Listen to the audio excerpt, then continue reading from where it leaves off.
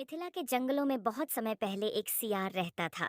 वह बहुत आलसी था। पेट भरने के लिए बकरी के बच्चे और चूहों का शिकार करना उसको बहुत भारी पड़ता था। शिकार करने में परिश्रम तो करना ही पड़ता है ना। दिमाग उसका शैतानी था। यही तिकड़म लगाता रहता कि कैसे ऐसी जुगाड़ लगाई जाए जिससे बिना हाथ पैर हिलाए भोजन मिलता रहे। एक दिन इसी सोच में डूबा सियार एक झाड़ी में दुबका बैठा था। बाहर चूहों की टोली उछल कूद व भाग दौड़ करने में लगी थी। उसमें मोटा सा एक चूहा था जिसे दूसरे चूहे सरदार कहकर बुला रहे थे और उसका आदेश मान रहे थे।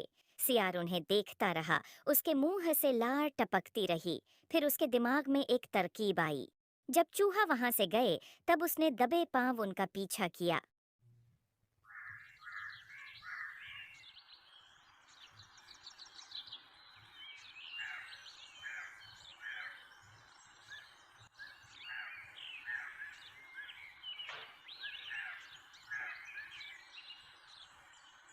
कुछ ही दूर उन चूहों के बिल थे। सियार वापस लौटा। दूसरे दिन प्रातः वह उन चूहों के बिल के पास जाकर एक टांग पर खड़ा हो गया।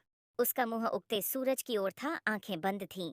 चूहे बिलों से निकले तो सियार को उसे अनोखी मुद्रा में खड़े देखकर वो बहुत चकित हुए। एक चूहे ने जरा सियार के निकट जाकर पूछा, सियार मामा, तुम इस प्रकार एक टांग पर क्यों खड़े हो? सियार एक आंख खोलकर बोला, मूर्ख, तूने मेरे बारे में नहीं सुना। मैं चारों टांगे नीचे टिका दूंगा तो धरती मेरा बोझ नहीं संभाल पाएगी, ये डोल जाएगी। साथ ही तुम सब नष्ट हो जाओगे। तुम्हारे ही कल्याण के लिए मुझे एक टांग पर खड़े रहना पड़ रहा है। चूहों में खुसर फुसर हुई। चूहों के सरदार ने कहा, सियार मामा, तुम इस प्रकार टांग पर क्यों खड़े हो? सियार ने ढोंग रचा, मैं सैकड़ों वर्ष हिमालय पर्वत पर एक टांग पर खड़े होकर तपस्या की। मेरी तपस्या समाप्त होने पर फूलों की वर्षा हुई।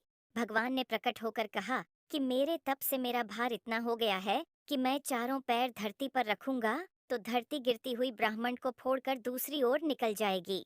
धरती मेरी कृपा पर ही टिकी रहेगी। तब से मैं एक टांग पर ही खड़ा हूँ। मैं नहीं चाहता कि मेरे कारण दूसरे जीवों को कष्ट हो।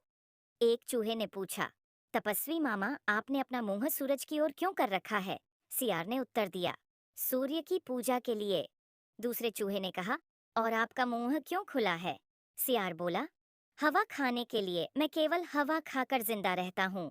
मुझे खाना खाने की जरूरत नहीं पड़ती। मेरे तप का बल हवा को ही पेट में भांति भांति के पकवानों में बदल देता है। उसकी इस बात को सुनकर चूहों पर जबरदस्त प्रभाव पड़ा।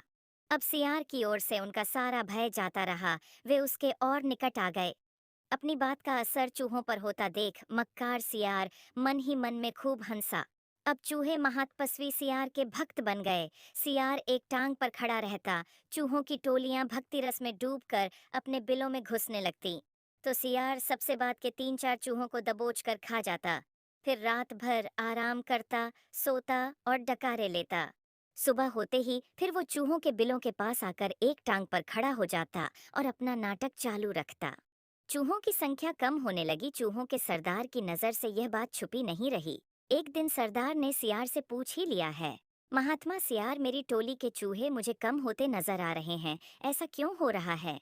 सियार ने आशीर्वाद की मुद्रा में हाथ उठाया, हे चतुर्मुशक, यह तो होना ही था। जो सच्चे मन से मेरी भक्ति करेगा वह सशरीर बैकुंठ को जाएगा। बहुत से चूहे भक्ति का फल पा रहे हैं।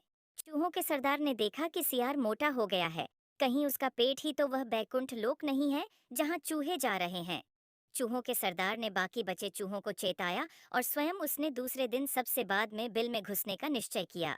भजन समाप्त होने के बाद चूहे बिलों में घुसे सियार ने सबसे अंत के चूहे को दबोचना चाहा। चूहों का सरदार पहले ही चौकन्ना था। वह दांव मारकर सियार के पंजे से बच गया। असलियत का पता चलते ही वह उछलकर सियार के गर्दन पर चढ़ गया और उसने बाकी चूहों को हमला करने के लिए कहा।